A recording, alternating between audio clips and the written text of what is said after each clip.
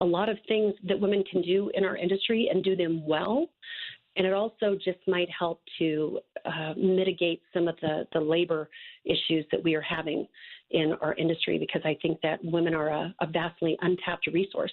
And we know that women may get more information on the annual Women in Industry and Women's Leadership Roundtable by visiting your website at mslbmda.org, correct?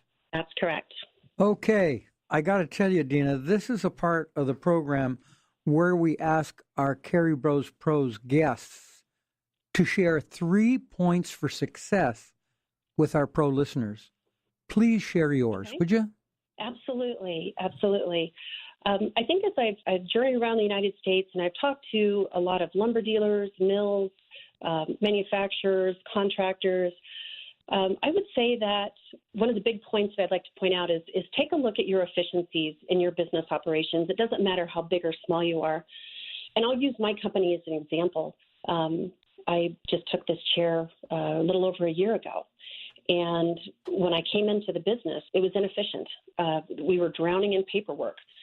And so I really needed to take the step to invest in those systems that allowed me to be more flexible. And that meant, cell phones, laptops, not tying yourself to the office, making sure that you're nimble and that you're mobile and you can do business from anywhere. And I think that is a big thing. Like I said, no matter how big or how small you are, the way that we do business is changing. And flexibility is a big thing. So don't be afraid to invest in those systems. I love that. And number 2? I would say that number 2 would be to not be afraid to take a look at outsourcing. So I'm doing this as well in terms of my administrative functions, because those are the things that tie me into the office. And if I'm doing my job and if I'm growing my company and I'm growing awareness and I'm making a positive impact in the industry, it's not going to be from behind my desk. So when I look at bookkeeping and I look at credit management and those types of things, increasingly in our business, the way that we do business today, there are amazing companies out there that actually they can just vertically integrate into your systems seamlessly from a software perspective, from an HR perspective, that allow you to take that burden off of your shoulders so you can really focus on what you need to do, because we can't do it all. So I would not be afraid to consider that. Consider the outsourcing and free your time up to concentrate on what you really need to do, what the main focus of your company is.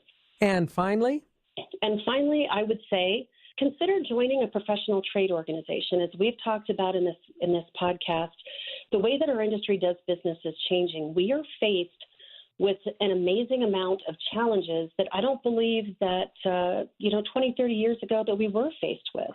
Legislation in terms of overregulation that we've been struggling with, that we are working to repeal, that have strangled small business in the United States, not just in the LBM industry, but nationwide in other areas of business. Immigration and labor, immigration reform, labor, our industry is dependent on that. And so we need to make sure that we have very sound practices for immigration reform. I discussed the oppressive regulations that have been placed on us. Your trade organizations are out there. We exist to protect and serve our members.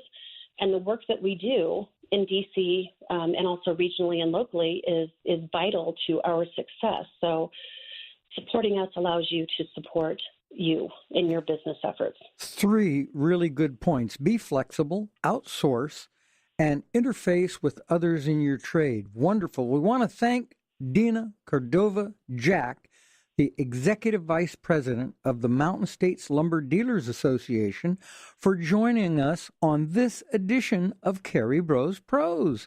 You can learn more about them and their activities on their website at mslbmda.org.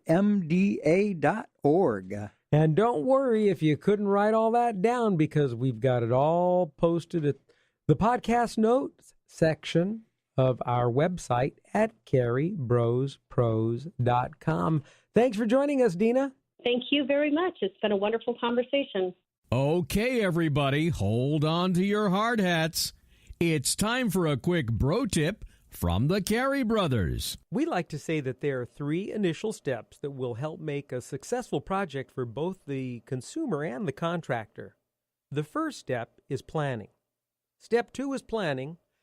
And step 3 is, well, you guessed it, planning. It's far easier, considerably less expensive, and much less stressful to relocate a wall, add an electrical outlet, or change the size of a window on paper than it is after the plans have been completed and work has commenced. Putting an eraser to paper is always preferable to whipping out a hammer and a pry bar. More often than not, the planning and design phase should take as long or longer than the actual construction process. The customer, the design professional, and the contractor should work as a team to come up with an overall solution that will best meet the client's needs and budget. Doing so will make both the design and construction phases a far more positive experience.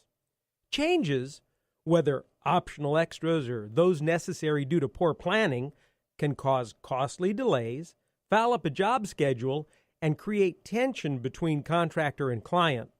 In remodeling, there are always unpredictable and unforeseen circumstances which require swift and decisive action to keep a job on track. Until designers and contractors have X-ray vision, this will always be the case. However, these hiccups are far more tolerable when they aren't magnified by chaos which results from poor planning. Planning doesn't guarantee perfection, but in our experience, it goes a long way in having a happy customer and a better bottom line. Well, that's our podcast for today. Thanks for listening to this edition of CareyBrosPros, the podcast for construction professionals by construction professionals. Want more? Check out CareyBrosPros.com. You'll find articles and videos to help make your business a success.